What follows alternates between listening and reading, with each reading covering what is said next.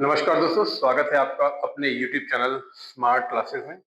दोस्तों, मैं लोकेश सर आपका स्वागत करता हूं फिर से एक बार। हमने fluid in pressure pressure in fluid sorry fluid pressure in fluid atmospheric pressure ये चैप्टर 5 का एक वीडियो पार्ट 1 बनाया, जिसके बाद डिमांड आई कि हम दूसरा भी वीडियो बनाएं। तो अब हम इसका दूसरा वीडियो बनाने जा रहे हैं। और अगर आपने इस वीडियो को भी देखा तो इस वीडियो में भी निश्चित रूप से आपको काफी अच्छी जानकारी मिलेगी और बहुत सही तरीके से जानकारी मिलेगी। ये सारे वीडियो ऐसे हैं जिनको अगर आपने कायदे से देखा तो एक निश्चित रूप से एक अच्छा परसेंटेज, एक अच्छी पोजीशन आपकी क्लास में रहेगी। एटलीस्ट कम से कम इस चैप्टर से जितने क्वेश्चन आएंगे आप सारे के सारे क्वेश्चन को करने में सक्षम रहेंगे, ये मेरी गारंटी है। चलिए इसी गारंटी के साथ हम लोग आईसीएससी क्लास 9 चैप्टर 5 शुरू करते हैं। चैप्टर का नाम है प्रेशर इन फ्लूइड्स और एटमॉस्फेरिक प्रेशर। इसका पार्ट 1 हम बना चुके हैं, देख चुके हैं। और उसमें पहले ही वीडियो में मेरा वो पहला वीडियो था और उसमें बहुत अच्छा रिस्पांस मिला, जिसके बाद मुझे ये लगा कि मुझे दूसरा वीडियो बनाना चाहिए। और आप लोगों में से कुछ लोगों ने मुझे कहा कि आप सर कृपया दूसरा वीडियो बनाइए इसकी और इस चैप्टर को कंप्लीट कीजिए। और इसी तरह से हम लोग अब सारे वीडियोस बनाएंगे और आपको वन शॉट भी सब मिलेगा। मैं कोशिश करूंगा, या कोशिश क्या करूंगा, मैं करूंगा ये कि आपको पूरा चैप्टर एक पूरे वीडियो में, अभी तो छोटा छोटा वीडियो बना रहा हूं मैं, ताकि देखने में आपको अच्छा लगे और आप कम समय में चीजों को देख सकें, आप टॉपिक वाइज चीजों को कवर कर सकें।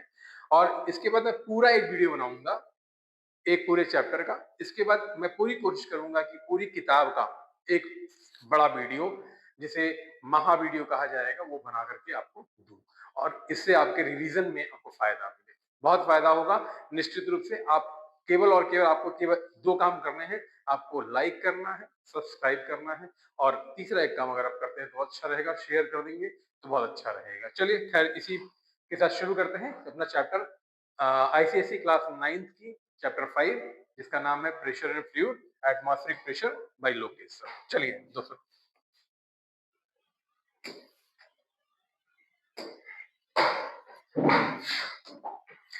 अभी तक हम लोगों ने पढ़ा कि थ्रस्ट क्या होता है, लिक्विड प्रेशर क्या होता है। अब हम लोग पढ़ने जा रहे हैं कि कैसे हम देखेंगे कि लिक्विड जो है ये प्रेशर क्या करता है, ये अप्लाई करता है, कैसे एक्सर्ट करता है प्रेशर, देखेंगे ये।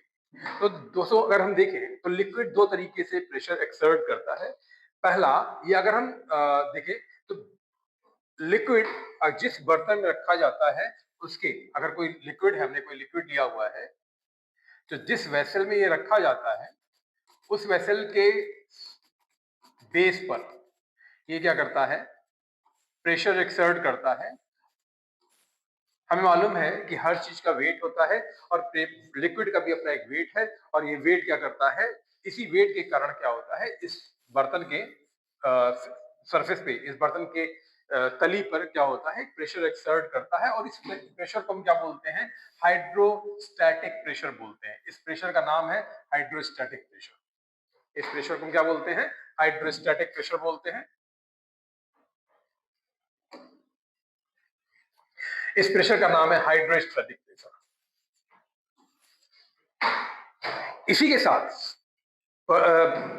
लिक्विड जिस बर्तन में रखा जाता है, जिस वेसल में रखा जाता है, ना केवल ये बेस पर प्रेशर एक्सर्ट करता है, बल्कि ये दीवारों पर भी प्रेशर एक्सर्ट करता है। और इस प्रेशर को हम किस नाम से जानते हैं, लेटरल प्रेशर के नाम से जानते हैं। इसका नाम है लेटरल प्रेशर।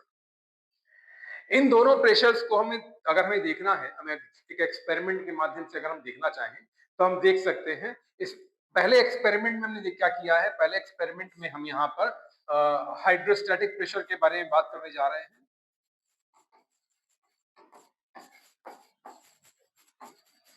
और दूसरे वीडियो में हम यहाँ पर लेटरल प्रेशर के बारे में बात करेंगे।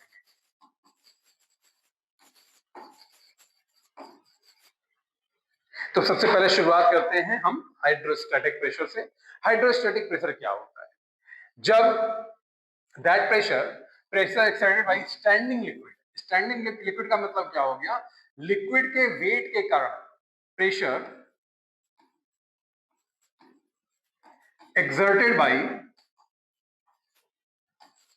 liquid due to its wait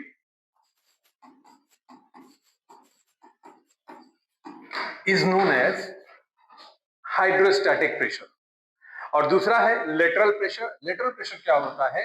जब लिक्विड किसी वेसल में रखा जाता है तो ये अपने वेसल के दीवारों पर भी क्या करता है?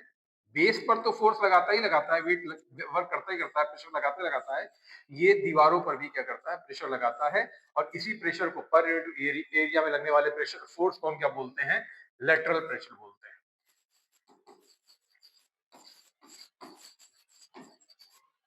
इसको डिमॉन्स्ट्रेट करने के लिए हम चाहें तो हम एक एक्सपेरिमेंट भी कर सकते हैं। और इस एक्सपेरिमेंट को अगर हम देखें तो ये क्या एक्सपेरिमेंट है, इस एक्सपेरिमेंट को भी देख लेते हैं। देखेंगे, अगर हम एक काम करें, हम क्या करें, एक प्लास्टिक ट्यूब लें और एक प्लास्टिक ट्यूब के नीचे एक फनल लगाएं और फनल के नीचे हम क्या करें, एक गुब्बारे को बांध दें। गुब्बारे को कायदे से बांध दें और इसमें कलर्ड वाटर जो है, इस प्लास्टिक ट्यूब में कलर्ड वाटर को हम क्या करें, कलर्ड वाटर को इसे पोर करें। तो जब हम कलर्ड वाटर को पोर करेंगे तो ये गुब्बारा क्या होगा, नीचे की तरफ क्या हो जाएगा, नीचे की तरफ बढ़ेगा। और इससे ये पता चलता है कि यहाँ पे क्या लग रहा है, नीचे की तरफ एक प्रेशर लग रहा है और इसी प्रेशर को हम क्या बोलेंगे, हाइड्रोस्टैटिक प्रेशर बोलेंगे। अगर हम इसको ऊपर करें, इस गुब्बारे को ऊपर करें, जब गुब्बारा जो नीचे आ चुका है, अगर इस गुब्बारे को हम ऊपर करें तो हम एक वेट महसूस करेंगे। और जैसे जैसे हम ऊपर करेंगे, यहाँ पे जो वाटर का लेवल है क्या होगा, ऊपर की तरफ बढ़ता चला जाएगा। इससे पता चलता है कि वाटर का जो वेट है वो नीचे की तरफ क्या कर रहा है, प्रेशर लगा रहा है। और जो वाटर का लेवल जब नीचे की तरफ प्रेशर लगाता है, यानी स्टैंडिंग वाटर के कारण जब भी प्रेशर अप्लाई होता है तो उस प्रेशर को हम क्या बोलते हैं, हाइड्रोस्टैटिक प्रेशर बोलते हैं। इस तरीके से आप डिमॉन्स्ट्रेट कर सकते हैं। मैं इसको कंक्लूड करता हूं। इसके लिए क्या करना है, आपको आपको एक प्लास्टिक ट्यूब लेनी है, आपको एक फनल लेना है, फनल के एक सिरे पर आपको ट्यूब बांधनी है और एक बलून लेना है। बलून को आपको क्या करना है, फनल के ओपन एंड पे क्या करना है, जो उसका ज्यादा चौड़ा वाला मुंह होता है, उस तरफ क्या करना है, लगाना है। और लगाने के बाद अब इसमें क्या करेंगे, वाटर को या किसी लिक्विड को क्या करना है, पोर करना है, डालना है। जब आप इसमें कोई लिक्विड डालेंगे तो ये क्या होगा, ये बलून जो है ये क्या हो जाएगा, फैलना शुरू हो जाएगा। जिससे ये पता चलता है कि इसके ऊपर क्या लग रहा है, इसके पर यूनिट एरिया पर, बलून के पर यूनिट एरिया पर क्या लग रहा है, प्रेशर लग रहा है। और ये इसी प्रेशर को हम हाइड्रोस्टैटिक प्रेशर के नाम से जानते हैं। दूसरा हमारा जो प्रेशर है वो है लेटरल प्रेशर। अगर हम एक टेस्ट ट्यूब ले लें, ग्लास ट्यूब लें और इसमें एक होल करके इसके एक इस सिरे पर हम क्या लगा दें, ब्लगिंग रबर सीट लगा दें और इसका ये साइड ओपन रहे और इसमें हम क्या करें, फिर से हवा, इसमें हम पानी भरना शुरू करें। जब हम पानी भरेंगे तो ये पानी इसके अंदर जाएगा और बलून को बहुत ज्यादा नहीं तो थोड़ा सा तो ये क्या करेगा, फुला देगा। जब बलून फूलेगा, जब तो इससे पता चलेगा कि यहाँ ये क्या कर रहा है, इस डायरेक्शन में भी क्या हो रहा है, वाटर प्रेशर एक्सर्ट कर रहा है। और इसी प्रेशर को क्या बोलते हैं, लेटरल प्रेशर बोलते हैं। मेरे हिसाब से आपको समझ में आ गया होगा। 2 मिनट का समय लीजिए, इसके बाद से आप इसको नोट डाउन करिए और नोट डाउन करने के बाद फिर हम आगे बढ़ते हैं।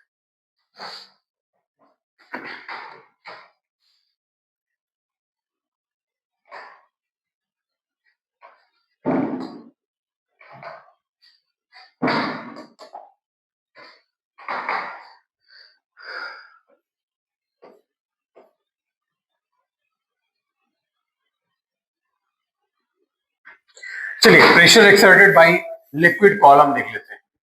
यानी हमारे पास एक वेसल है, सपोज करते हैं एक वेसल है हमारे पास,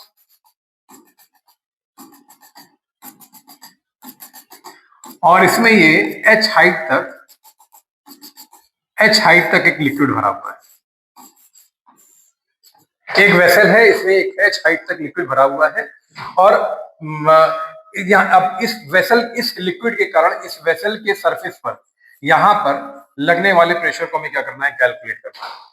तो प्रेशर के बारे में जानते हैं, प्रेशर इज इक्वल टू क्या होता है, thrust upon area. Thrust upon area. अभी जस्ट पहले हमने एक टॉपिक पढ़ा था जिसका नाम था हाइड्रोस्टैटिक प्रेशर। वो क्या हो रहा था, वाटर के कॉलम के कारण इसके ऊपर क्या कर रहा था, प्रेशर लग रहा था। और ये कॉलम प्रेशर क्यों लगा पा रहा था, क्योंकि ये वेट, इसका जो वाटर का जो वेट था, वेट ऑफ वाटर जो था, ये बर्तन जो वेसल है इसके सरफेस पे क्या कर रहा था, प्रेशर अप्लाई कर रहा था, नहीं फोर्स अप्लाई कर रहा था। यानी यहाँ पे जो फोर्स है या थ्रस्ट है वो वेट के बराबर है। Here weight is equal to thrust is equal to weight of water column। Water column के वेट के बराबर है थ्रस्ट। और इस केस में अगर हम वैल्यू पुट करें तो प्रेशर इज इक्वल टू क्या हो जाता है, वेट अपॉन एरिया। और हमको बहुत अच्छे से मालूम है कि वेट जो होता है वो मास इंटू जी के बराबर होता है, अपॉन एरिया हो जाएगा। और अगर सपोज कर लेते हैं कि जो वाटर है या लिक्विड है, इसका volume, if volume of liquid is equal to V and density of liquid is rho, then mass हो जाएगा, mass is equal to हो जाएगा V rho। और इसको अगर हम यहां पुट करेंगे तो फाइनली फॉर्मूला हमारा क्या बनेगा, pressure is equal to V rho G upon A। और वॉल्यूम इज इक्वल टू हम जानते हैं, वॉल्यूम इज इक्वल टू होता है एरिया इंटू हाइट। यहां पे वैल्यू पुट करेंगे, area into height into rho into g upon A. तो ये ए से ए कैंसिल आउट हो जाएगा और हमारा फॉर्मूला हमारे पास आएगा, वाटर कॉलम के कारण जो प्रेशर एक्सर्ट होगा एच रो जी। मेरे हिसाब से समझ में आया होगा आपको। फिर एक बार कंक्लूड करते हैं, फिर एक बार देखते हैं इसको।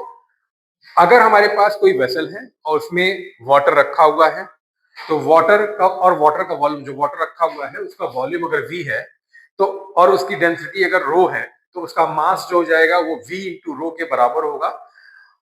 क्योंकि हमें मालूम है डेंसिटी इज इक्वल टू क्या होता है, फॉर्मूला होता है density is equal to mass upon volume होता है। और अगर हम क्रॉस मल्टीप्लाई कर दें तो मास इज इक्वल टू हो जाएगा वॉल्यूम इंटू डेंसिटी। ये हमें मालूम है। ये फॉर्मूले, इस फॉर्मूले का अगर हम यूज करें तो हम यहां से हम जानते हैं प्रेशर इज इक्वल टू, हमने पहले सबसे पहला जो क्लास था हमारा उसमें पढ़ा, दूसरा क्लास जो था, पहला क्लास में जो दूसरा टॉपिक था उसमें पढ़ा था pressure is equal to thrust upon area. Thrust क्या है, वेट है। यहाँ पे थ्रस्ट जो लग रहा है वो क्या है, वेट है। और वेट क्या होता है, m इंटू जी के बराबर होता है। वेट जो होता है मास इंटू ग्रेविटी के बराबर होता है, अपॉन एरिया हो जाएगा। और अगर हम मास की वैल्यू को पुट करें तो V रो और इंटू वहां से G। V की वैल्यू को देखें, V क्या होता है, V is equal to area is equal to sorry volume is equal to area into height होता है। तो area into height into rho into g करें और ए से ए कैंसिल आउट कर दें, यानी एरिया से एरिया कैंसिल आउट कर दें, तो हमें हमारा फॉर्मूला मिलेगा P is equal to H rho g. और इसके ऊपर हमें खूब सारे न्यूमेरिकल मिलेंगे और ये बहुत इंपॉर्टेंट फॉर्मूला है जिसके ऊपर न्यूमेरिकल बनते हैं। और इसको अगर आपने देख लिया तो निश्चित रूप से आप अच्छे न्यूमेरिकल करने की कंडीशन में रहेंगे। 2 मिनट लीजिए, नोट करिए, उसके बाद फिर आगे बढ़ते हैं।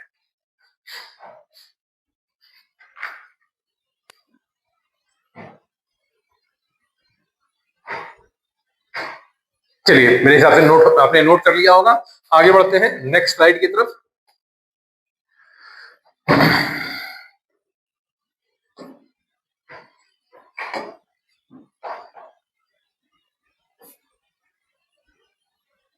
चलिए, हम अगर एक फार्मूला देखें, हमने फार्मूला देखा P is equal to H rho g.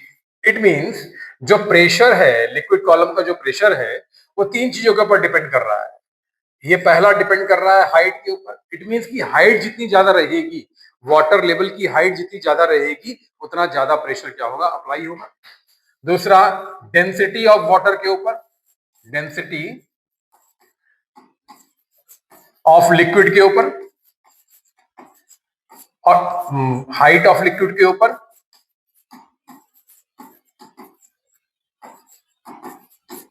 और तीसरा P जो है वो G के ऊपर भी डिपेंड करता है। और हमें मालूम है G भी कुछ जगहों पे वेरी करती है।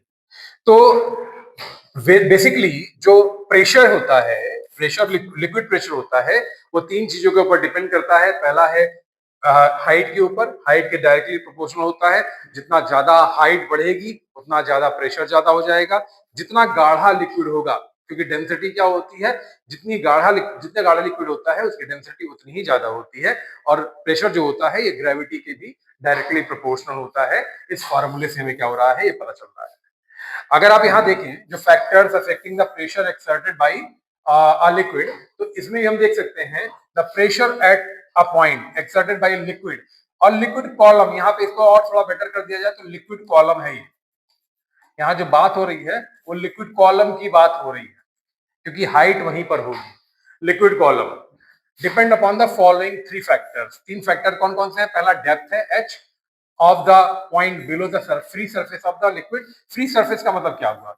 अगर यहां तक आपके पास लिक्विड है तो इस सरफेस को हम फ्री सरफेस बोलते हैं। अगर ये पूरा लिक्विड भरा हुआ है, ये पूरा लिक्विड भरा हुआ है तो इस सरफेस, ये जो सरफेस होता है यही फ्री सरफेस होता है। और हाइट का जो कैलकुलेशन करते हैं वो यहीं से, अगर सपोज करते हैं ऑब्जेक्ट हमारी यहां पर है तो हाइट कितनी हो जाएगी? अगर ये हाइट है तो अगर इसको एच करें तो ये हाइट यही होगी, यही इसी के ऊपर प्रेशर लगेगा।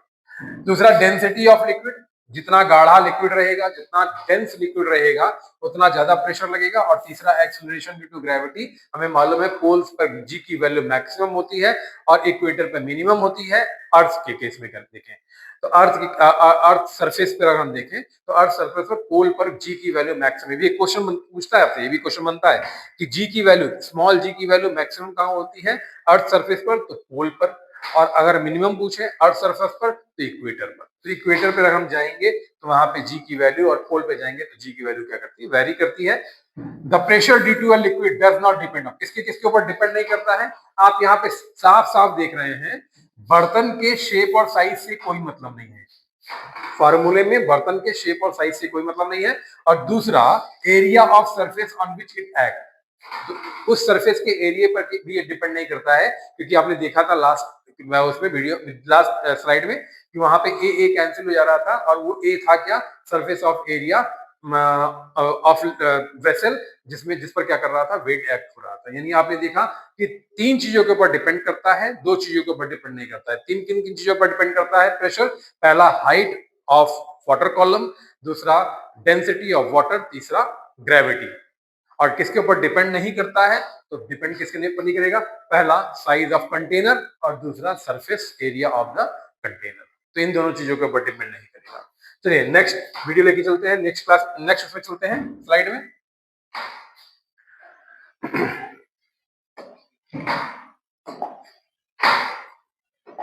देखिए अगर हमारे पास लिक्विड है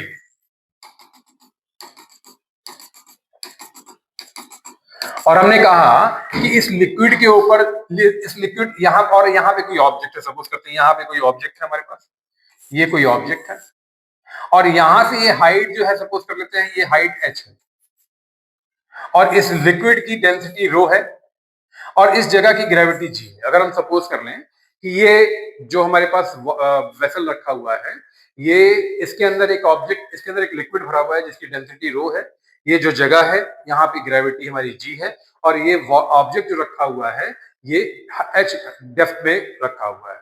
यानी वाटर के फ्री सरफेस, फ्री सरफेस का मतलब ये फ्री सरफेस है, free surface of water. Water से h हाइट की गहराई पर, h गहराई पर है, h डेप्थ पर है। तो अगर हम देखें आइडियल कंडीशन में देखें तो इस केस में हम जो एयर प्रेशर होता है, एयर प्रेशर जो होता है इसे पीए से, अगर एयर प्रेशर है, एयर प्रेशर को हम पीए से डिनोट करें तो इसको हम क्या करते हैं आइडियल कंडीशन में, आइडियल कंडीशन में हम इसे क्या ले लेते हैं? जीरो ले लेते हैं। मगर रियलिटी में तो ये काम कर रहा है ना। तो अगर हम देखें कि हमारे पास एक वेसल है और इस पर क्या रखा, इसमें क्या लिक्विड भरा हुआ है और लिक्विड की डेंसिटी रो है और h हाइट पर, h डेप्थ पर एक ऑब्जेक्ट है, तो इसके ऊपर जो टोटल प्रेशर लगेगा, इस ऑब्जेक्ट के ऊपर जो टोटल प्रेशर लगेगा, total pressure on object,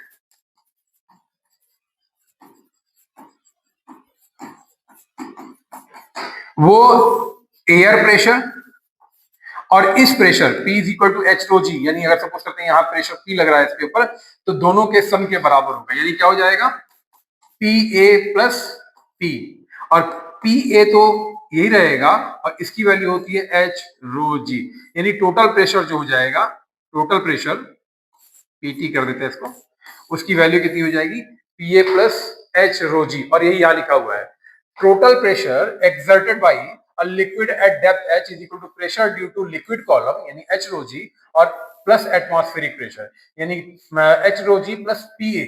The pressure of at a point due to the liquid column on the surface of liquid is zero at height h is equal to zero, but total pressure will be equal to the atmospheric pressure.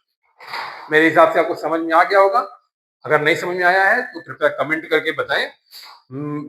मैं जो बता रहा हूं आपको पूरा clear हो रहा है तो बहुत अच्छी बात है, आप देखें और सुने और समझें। चलिए आगे बढ़ते हैं, इस वीडियो को थोड़ा और आगे बढ़ाते हैं, लास्ट टॉपिक आज का देखते हैं इस वीडियो का, laws of liquid pressure. Laws of liquid pressure देखेंगे तो लॉज ऑफ लिक्विड प्रेशर क्या है, नेक्स्ट टॉपिक है हमारा लॉज ऑफ लिक्विड प्रेशर। तो लॉज ऑफ लिक्विड प्रेशर को देख लेते हैं, इंपॉर्टेंट टॉपिक है भाई साहब, इंपॉर्टेंट टॉपिक है, सब क्वेश्चन पूछता है यहाँ से, write down 5 laws of liquid pressure, बहुत पूछता है, बहुत पूछता है, इंपॉर्टेंट टॉपिक है, ध्यान दीजिएगा। आप देखें यहाँ पे 3 पॉइंट तो आपको ऐसे ही याद होंगे कि P is directly proportional to H, P is directly proportional to D, P is directly proportional to G, ये 3 पॉइंट तो आपको ऐसे ही याद हो जाएंगे, ठीक है। तो अब यहाँ पे देख लेते हैं, इस पे यहाँ पे क्या क्या वो है। पहला पॉइंट क्या कर रहा है, 5 लॉ है, याद रखिएगा 5 लॉज है, there are 5 laws of liquid pressure, एकदम याद रखिएगा इस चीज को, याद रखने वाली बात है ये दोस्तों। बस देखते रहिए, देखते जाइए और ये सारी चीज आपको एकदम क्लियर होती चली जाएगी, एकदम क्लियर होगी।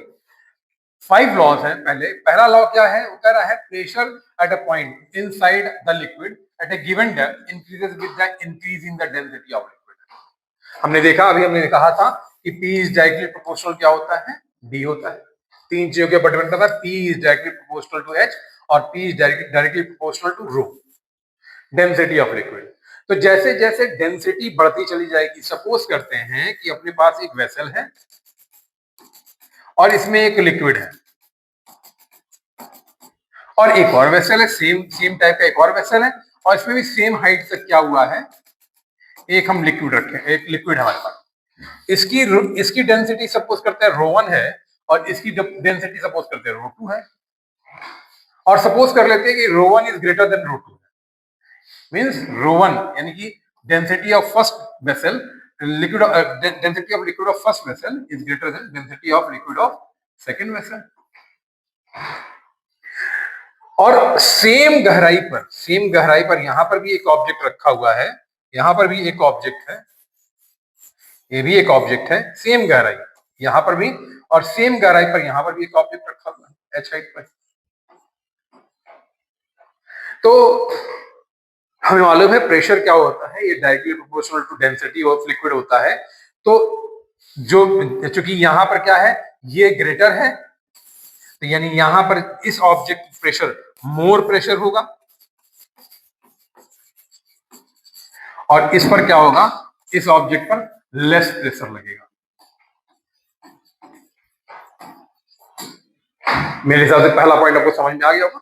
दूसरा पॉइंट क्या कर रहा है, pressure is same in all direction about a given point in the liquid, means कि अगर हम इस पॉइंट पर ले लें, अगर ये पॉइंट ले लें तो जितना प्रेशर इधर लगा रहा होगा उतना ही प्रेशर इधर लग रहा होगा, जितना प्रेशर इधर से लग रहा होगा उतना ही प्रेशर इधर से लग रहा होगा, और आगे और पीछे से भी उतना ही प्रेशर इस चारों तरफ के पॉइंट पे लग रहा होगा।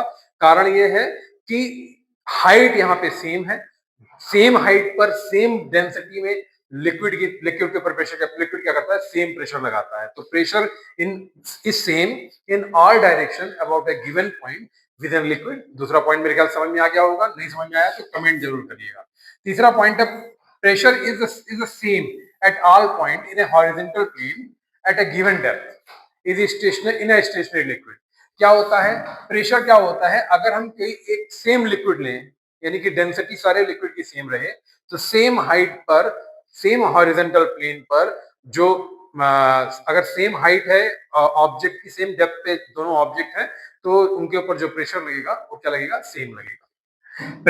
फोर्थ पॉइंट है pressure at a point inside the liquid increase with depth from the free surface of the liquid. और ये हमने यहाँ पे पॉइंट लिखा हुआ है, पहले ऑलरेडी लिख चुके हैं, इसके ऊपर फिर से टाइम लॉस करने की जरूरत नहीं है। और लास्ट क्या है, liquid seeks its own level.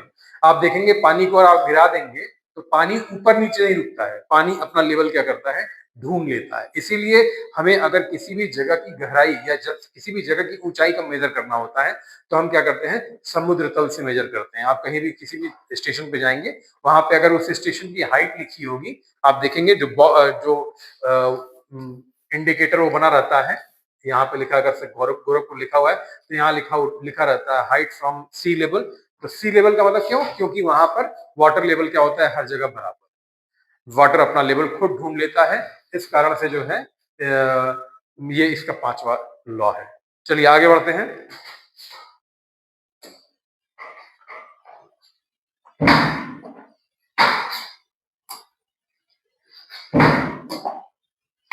Consequences of liquid pressure बहुत इंपॉर्टेंट टॉपिक है, बहुत ज्यादा क्वेश्चन यहाँ से आते हैं। कॉन्सिक्वेंसेज ऑफ लिक्विड प्रेशर, पहला कॉन्सिक्वेंस देखते हैं। क्या कॉन्सिक्वेंस है, the wall of dam is made thicker. जो डैम बनाया जाता है, इसमें जो नीचे वॉल बनाई जाती है, जो वॉल होती है वो नीचे की तरफ क्या होती है, मोटी होती है, नीचे की तरफ थिक होती है और ऊपर की तरफ थिन होती चली जाती है। ऊपर जैसे जैसे जाएंगे पतली होती चली जाएगी। क्यों, क्योंकि मालूम है कि जैसे जैसे गहराई बढ़ती है वैसे वैसे हाइट क्या होती है, जैसे जैसे गहराई बढ़ती है वैसे वैसे प्रेशर क्या होता है, इंक्रीज होता जाता है। तो अगर यहाँ पे प्रेशर ज्यादा है तो अगर हम पतली वॉल बना देंगे तो पानी क्या करेगा, इसको तोड़ देगा, बांध को, जो डैम होता है उसको तोड़ देगा।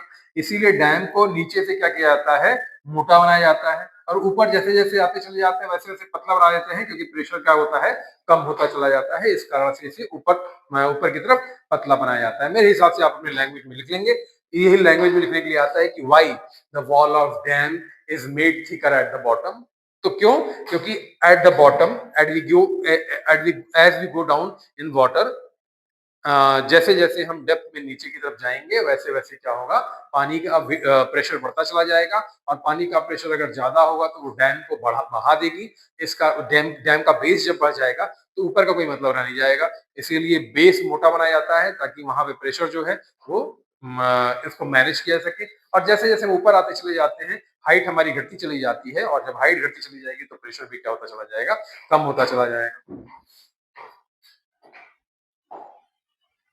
नेक्स्ट कॉन्सिक्वेंस देखिए अगर इसका, तो नेक्स्ट कॉन्सिक्वेंसेस है हमारे घर पे जो टंकी है या हमारे मोहल्ले में जो टंकी है, वाटर सप्लाई का जो टैंक होता है, इसे क्या कहता है, हाइट पर लगाया। ध्यान दीजिएगा, ये वाटर सप्लाई में इससे कोई मतलब नहीं है, ये केवल और केवल हाई, ये वाटर स्टोरेज का काम नहीं करता है, ये केवल और केवल हाइट देने का काम करता है। क्योंकि जितना ऊपर ये टंकी रहेगी उतना ज्यादा क्या होगा, प्रेशर से पानी आपको मिलेगा। आपके घर की टंकी जितनी ऊपर रहेगी, उतनी हाइट, जितनी ज्यादा हाइट पर रहेगी उतना ज्यादा प्रेशर से आपको पानी मिलेगा। क्योंकि पी क्या होता है, ये डायरेक्टली प्रोपोर्शनल टू एच होता है। हाइट जितनी ज्यादा, पानी का प्रेशर उतना ज्यादा। इसीलिए टंकी, घरों में भी टंकी सबसे ऊपर छत पे रखी जाती है। और आपने वाटर टैंक, इस तरह का वाटर टैंक देखा होगा जो हर हर कॉलोनी मोहल्ले में होता है, उसे भी पाए जोड़ जोड़ करके ऊपर लगाया जाता है। शोले फिल्म में भी टंकी जो थी ऊपर थी, जिसमें वीरू चढ़ा था। ठीक है, चलिए आगे बढ़ते हैं।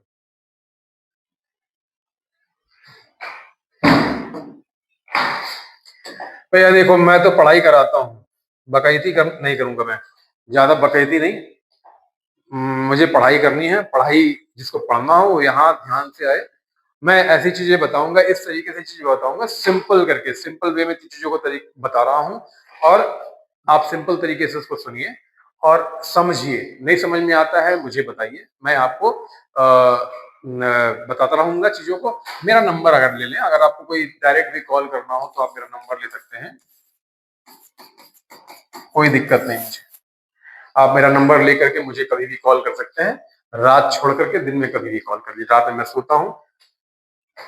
चलिए डाइवर्स सूट देखते हैं, आपका कॉल उठेगा नहीं, मेरा फोन से साइलेंट रहता है। चलिए डाइवर्स सूट के बारे में देख लेते हैं। अगर बहुत गहराई में कोई डाइवर जा रहा है तो उसका सूट मोटा होता है, क्योंकि उसे ज्यादा प्रेशर झेलना है। मीडियम गहराई में जा रहा है तो उसका प्रेशर थोड़ा सा उसका सूट थोड़ा पतला होता है। और जो कोई केवल और केवल स्विमर हैं, उनका जो सूट होता है वो क्या होता है, वो एकदम पतला होता है।